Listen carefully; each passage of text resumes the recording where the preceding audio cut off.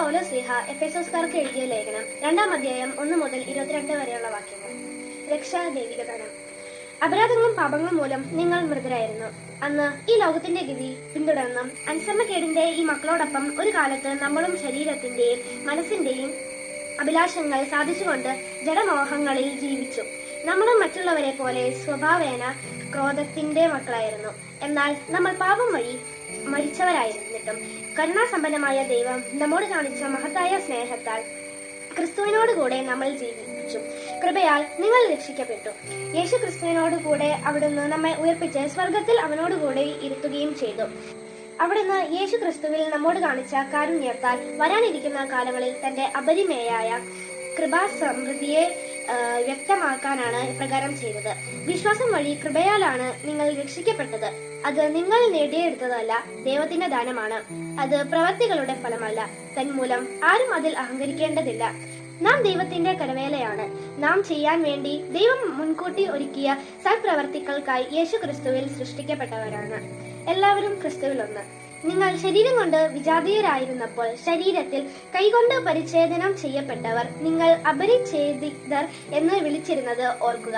അന്ന് നിങ്ങൾ ക്രിസ്തുവിനെ അറിയാത്തവരും ഇസ്രായേൽ സമൂഹത്തിൽ നിന്ന് അകറ്റപ്പെട്ടവരും ഉടമ്പടിയുടെ വാഗ്ദാനത്തിൽ നിന്ന് അപരിചിതരും പ്രത്യാശയില്ലാത്തവരും ലോകത്തിൽ ദൈവവിശ്വാസമില്ലാത്തവരുമോ ആയിരുന്നു എന്ന കാര്യം അനുസ്മരിക്കുക.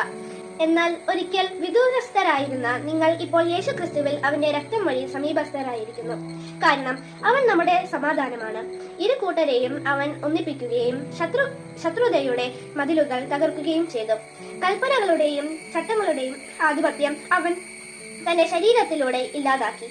ഇരു കൂട്ടരുടെയും സ്ഥാനത്ത് ഒരു പുതിയ മനുഷ്യനെ സൃഷ്ടിച്ചുകൊണ്ട് സമാധാനം സംസ്ഥാപിക്കാനും കുരിശു വഴി ഒരേ ശരീരത്തിൽ ഇരു കൂട്ടരുടെയും ദൈവത്തോട് അനുരഞ്ജിപ്പിക്കാനും അങ്ങനെ തന്നിലൂടെ ശത്രുത അവസാനിപ്പിക്കാനുമാണ് അവൻ ഇങ്ങനെ ചെയ്തത്. വിദൂരസ്ഥരായിരുന്ന നിങ്ങളോടും സമീപസ്ഥരായിരുന്ന ഞങ്ങളോടും അവൻ സമാധാനം പ്രസംഗിച്ചു. അതിനാൽ അവനിലൂടെ ഒരേ ആത്മാവിൽ ഇരു കൂട്ടരെയും പിതാവിന്റെ സന്നിധിയിൽ പ്രവേശിക്കാൻ സാധിക്കുന്നു. ഇനിമേൽ നിങ്ങൾ അന്യരോ പരദേശികളോ അല്ല, വിശുദ്ധരുടെ സഹപൗരരും ദൈവഭവനത്തിലെ അംഗങ്ങളുമാണ്. അപ്പസ്തോലന്മാരും പ്രവാചകന്മാരുമാകുന്ന അടിത്തറമേൽ പണിതുയർത്തപ്പെട്ടവരാണ് നിങ്ങൾ. ഈ അടിത്തറയുടെ മൂലക്കല്ല് ക്രിസ്തുവാണ്. ക്രിസ്തുവിൽ ഭവനം ഒന്നാകെ സമന്വയപ്പെട്ടിരിക്കുന്നു. കർത്താവിൽ പരിശുദ്ധമായ ആലയമായി അത് വളർന്നുകൊണ്ടിരിക്കുകയും ചെയ്യുന്നു. പരിശുദ്ധാത്മാവിൽ ദൈവത്തിന്റെ വാസസ്ഥലമായി നിങ്ങളും അവനിൽ പണിയപ്പെട്ടുകൊണ്ടിരിക്കുന്നു. പൗലോസ്ലീഹ എഫെസോസ്കാർക്ക് എഴുതിയ ലേഖനം 2-ാം അധ്യായം 1 മുതൽ 22 വരെയുള്ള നിന്നുള്ള ചോദ്യോത്തരങ്ങൾ. 1-ാം ചോദ്യം: എഫെസോസ് 2-ാം അധ്യായത്തിൽ എത്ര വാക്യങ്ങളുണ്ട്? ഉത്തരം: 22 വാക്യങ്ങൾ. 2-ാം ചോദ്യം: 2-ാം അധ്യായം എന്തിനെ കുറിച്ച് പറയുന്നു? ഉത്തരം: ദൈവിക ദാനമായി കിട്ടുന്ന രക്ഷയെക്കുറിച്ച്. 3-ാം ചോദ്യം: എന്തു കാരണത്താലാണ് നമ്മൾ മൃതരായിരുന്നത്? ഉത്തരം: അപരാധങ്ങളും പാപങ്ങളും മൂലം. 4-ാം ചോദ്യം: അനുസരണക്കേടിന്റെ മക്കളിൽ പ്രവർത്തിക്കുന്നത് എന്ത്? ഉത്തരം: അരൂപിയായ അന്തരീക്ഷ ശക്തികളുടെ അധീശൻ. 5-ാം ചോദ്യം: എങ്ങനെയാണ് നമ്മൾ രക്ഷിക്കപ്പെട്ടത്? ഉത്തരം: വിശ്വാസം വഴി കൃപയാൽ. 6-ാം ചോദ്യം: നാം എങ്ങനെയാണ് യേശു ക്രിസ്തുവിൽ സമീപസ്ഥരായിരിക്കുന്നത്? ഉത്തരം: യേശു ക്രിസ്തുവിന്റെ രക്തം വഴി.